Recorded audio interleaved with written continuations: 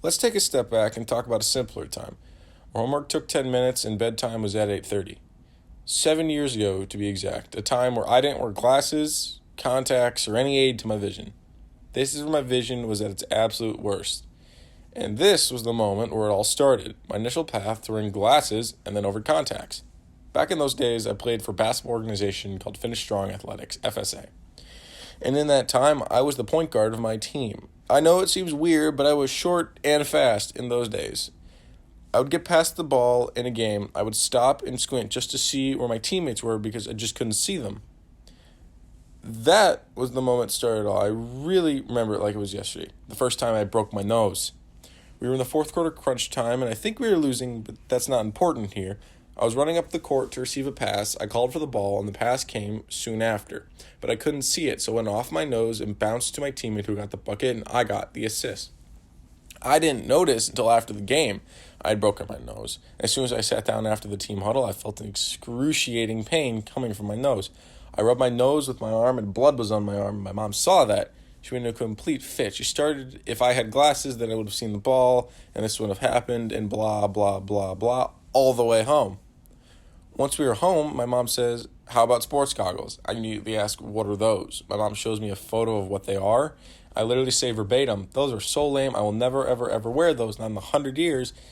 And as you could see, I wore them. And this was not my first pair. This was the first of 4 pairs. And I lost my second and third pairs.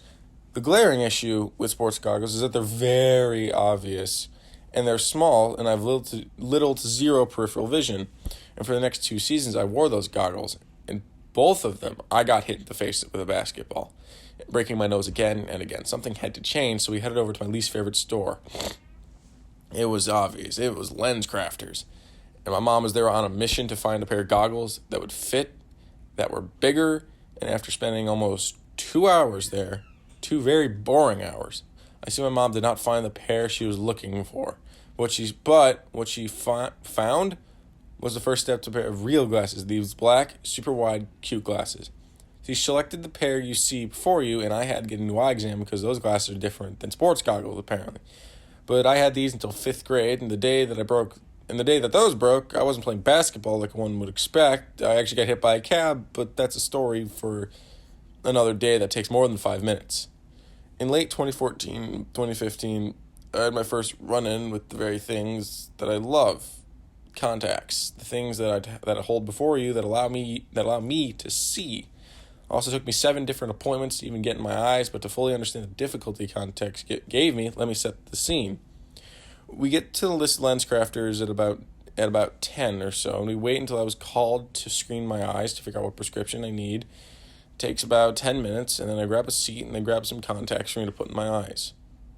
I tried to put these in my eyes for 15 minutes, trying all different types and ways. It was horrible. After about 10 more minutes of struggling, the guy just says, "Let me do it," out of frustration. He lightly positions my head in the correct position. He opens the contacts, grabs the contact, puts it on the tip of his finger, and it moves my eyelids out of place. All he says, "I want you to look directly at the contacts. When it goes in your eye, it locks into position." Well, I did not do that. My brain had the reflex of foreign object coming near your eye. Close it right now.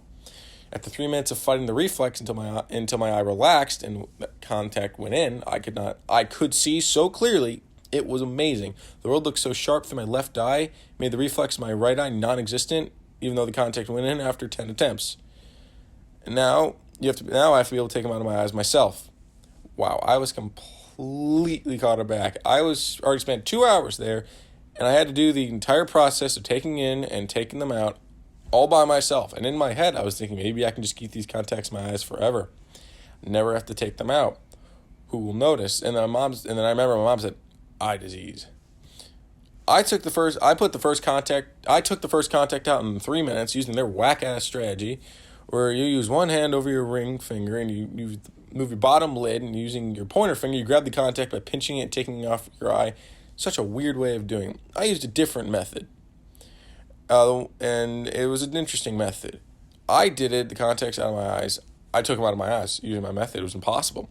I paid for the first order of contacts, ran home to my parents to show off my favorite thing, my contacts.